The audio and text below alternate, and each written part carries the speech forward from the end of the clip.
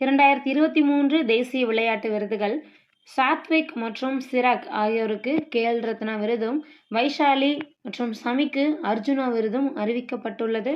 So விருதுகள் குறித்த informations இருக்குது. ரொம்ப ரொம்ப முக்கியமான ஒரு ஏரியா.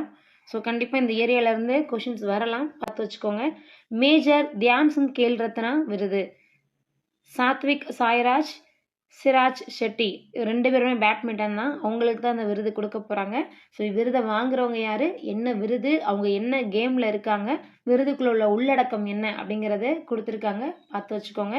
இதே மாதிரி எழுதி வச்சுக்கோங்க. இதை நீங்கள் நோட்ஸாக எழுதும்போது பாக்ஸ் மாதிரி போட்டு எழுதி வச்சுக்கிட்டீங்க அப்படின்னா கொஞ்சம் ரிவைஸ் பண்ண யூஸ்ஃபுல்லாகவே இருக்கும். ஸோ பாருங்கள், உள்ளடக்கம் என்னென்ன உள்ளடக்கம் இருக்கும் இந்த மேஜர் தயான்சந்த் கேல் ரத்னா விருதில் அப்படின்னா, பதக்கம் இருக்கும், சான்றிதழ் இருக்கும், ரூபாய் 25 லட்சம் ரொக்கப்பரிசு இருக்கும். அதே மாதிரி பார்த்தீங்கன்னா துரோணாச்சாரியா விருது கொடுக்க போகிறாங்க. துரோணாச்சாரியா விருது யார் யாருக்கு அப்படின்னா, லலித்குமார் மல்யுத்தம், ஆர்பி ரமேஷ் செஸ், மகாவீர் பிரசாந்த் சைனி பாரா தடகளம், ஹிவேந்திர சிங் ஹாக்கி, கணேஷ் பிரபாகர் மல்லர் கம்பம். ஸோ இந்த விளையாட்டுகளுக்காக இவங்களுக்கு கொடுக்க போகிறாங்க. இந்த துரோணாச்சாரியார் விருதுக்குள்ளே என்னென்ன இருக்கும் அப்படிங்கிறத பார்த்தீங்க அப்படின்னா, ஃபஸ்ட்டு ஒரு வெண்கல சிலை இருக்குது, துரோணாச்சாரியார் வெண்கல சிலை. அடுத்து சான்றிதழ் இருக்குது, அங்கி இருக்குது, ரூபாய் 15 லட்சம் ரொக்கப்பரிசு இருக்குது. சர்வதேச அரங்கத்தில் இந்தியாவை பெருமை கொள்ள செய்யும் வகையிலான போட்டியாளர்களை உருவாக்கிய பயிற்சியாளர்களுக்கு இந்த விருது வழங்கப்படுகிறது. 1985 முதல் இவ்விருது வழங்கப்பட்டு இருக்கு. அடுத்து பார்த்தீங்க அப்படின்னா துரோணாச்சாரியா விருது வாழ்நாள் சாதனையாளர் விருதாக இவ்விருது வழங்கப்படுது.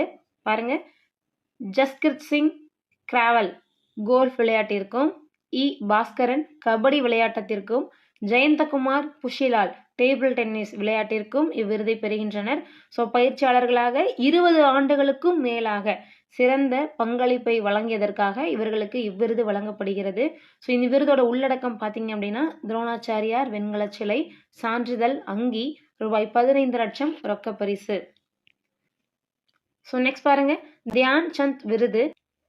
தியான்சந்த் விருது அப்படிங்கிறது வாழ்நாள் சாதனையாளர் விருது. இவ்விருதை யார் யார் வாங்குறாங்க அப்படின்னா, மல்ஜுஷா கன்வர் பேட்மிண்டனுக்காக, வினித்குமார் சர்மா ஹாக்கிக்காக, கவிதா செல்வராஜ் கபடி. ஸோ இந்த கேம்ஸ்க்காக இந்த விருது வழங்கப்பட்டுருக்கு. போட்டியாளராக ஓய்வு பெற்ற பிறகும் தான் சார்ந்த விளையாட்டிற்கு பங்களிப்பு செய்வதற்காக இவ்விருது வழங்கப்படுகிறது. 2002 முதல் இவ்விருது வழங்கப்பட்டுருக்கு. ஸோ இந்த விருதுக்குள்ளே இருக்கக்கூடிய விஷயங்கள் என்னென்ன அப்படின்னா, தியான்சந்த் வெண்கல சிலை, சான்றிதழ், அங்கி, ரூபாய் 10 லட்சம் ரொக்கம். நெக்ஸ்ட் பார்த்தீங்க அப்படின்னா, மௌலானா அபுல் கலாம் ஆசாத் கோப்பை குருநானக் தேவ் பல்கலைக்கழகம் அமிர்தசரஸில் இருக்குது, அது ஃபர்ஸ்ட் ப்ரைஸில் இருக்குது. அடுத்து பார்த்தீங்கன்னா லவ்லி தொழில்முறை பல்கலைக்கழகம் பஞ்சாப் 2ஆம் இடத்துல இருக்குது. குருக்ஷேத்ரா பல்கலைக்கழகம் குருஷேத்திரம் 3வது இடத்துல இருக்குது. பல்கலைக்கழகங்களுக்கு இடையேயான போட்டிகளில் சிறப்பிடம் பெற்றதற்காக இக்கோப்பை வழங்கப்படுகிறது. 1956 முதல் இக்கோப்பை வழங்கப்பட்டுருக்கு. முதலிடம் பிடிக்கும் பல்கலைக்கழகத்திற்கு ரூபாய் 15 லட்சம் ரொக்கம். ஸோ அப்படி பார்த்தீங்கன்னா குருநானக் தேவ் பல்கலைக்கழகம் அமிர்தசரஸில் இருக்கு இல்லையா, ஸோ அதுக்கு 15 லட்சம் ரூபாய் ரொக்க பரிசு கொடுப்பாங்க.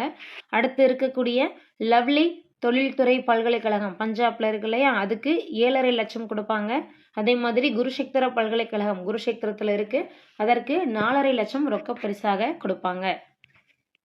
நெக்ஸ்ட் பாருங்க, Arjuna award. So Arjuna award யாருக்கு கொடுக்குறாங்க அப்படின்னா, கடந்த 4 ஆண்டுகளில் தாம் சார்ந்த விளையாட்டுகளில் சிறப்பாக செயல்பட்டவர்களுக்காக தான் இந்த விருது கொடுப்பாங்க. 1961 இருந்து இந்த விருதை கொடுத்துட்ருக்காங்க.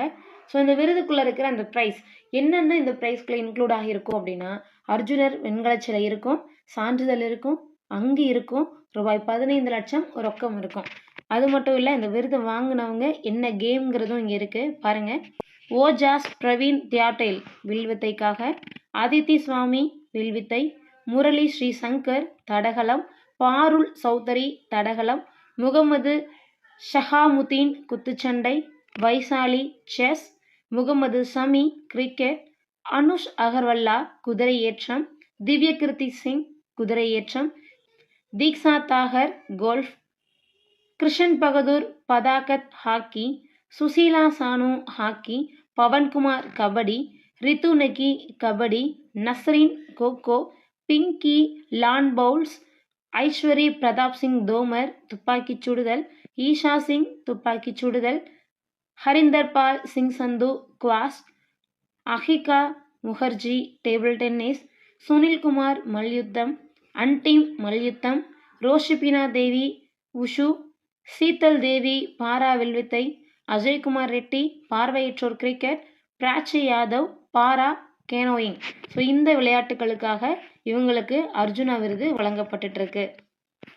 ஒரு சில ஃபோட்டோஸ் கொடுத்துருக்காங்க பாருங்க. அர்ஜுனா விருது வைஷாலி அவர்கள் வாங்கியிருக்காங்க செஸ்க்காக. துரோணாச்சாரியார் விருது ஆர்.பி. ரமேஷ் செஸ், கணேஷ் பிரபாகர் மல்லர் கம்பத்துக்கு வாங்கியிருக்காங்க. தியான்சந்த் வாழ்நாள் சாதனையாளர் விருது கவிதா செல்வராஜ் கபடி. ஸோ இவங்கெல்லாம் எப்படி தேர்ந்தெடுக்கிறாங்க அப்படிங்கிறது குறித்ததும் இருக்கு. ஆண்டுதோறும் தேசிய விருதுக்கான துறை சார்ந்தவர்களின் விண்ணப்பங்கள் வரவேற்கப்படும். ஸோ யார் யாருக்கு அந்த விண்ணப்பத்தில் அப்ளை பண்ணணும்னு ஆசை இருக்கோ அவங்க என்ன பண்ணலாம், விண்ணப்பம் பண்ணலாம். அது மட்டும் கிடையாது, அந்த விண்ணப்பங்களை பரிசீலனை செய்யும் மத்திய அரசு குழு இருக்கு. அதிலிருந்து அந்த பரிந்துரை பட்டியலை மத்திய அரசுக்கு அனுப்புவாங்க. அந்த குழு விளையாட்டுத்துறையில பிரபலங்கள், துறைசார் ஊடகவியலாளர்கள், நிர்வாகிகள் இவங்க எல்லாமே அந்த குழுல இருப்பாங்க. பின்னர் அந்த பரிந்துரையின் அடிப்படையில மத்திய அரசு விருதுகளை அறிவிப்பாங்க.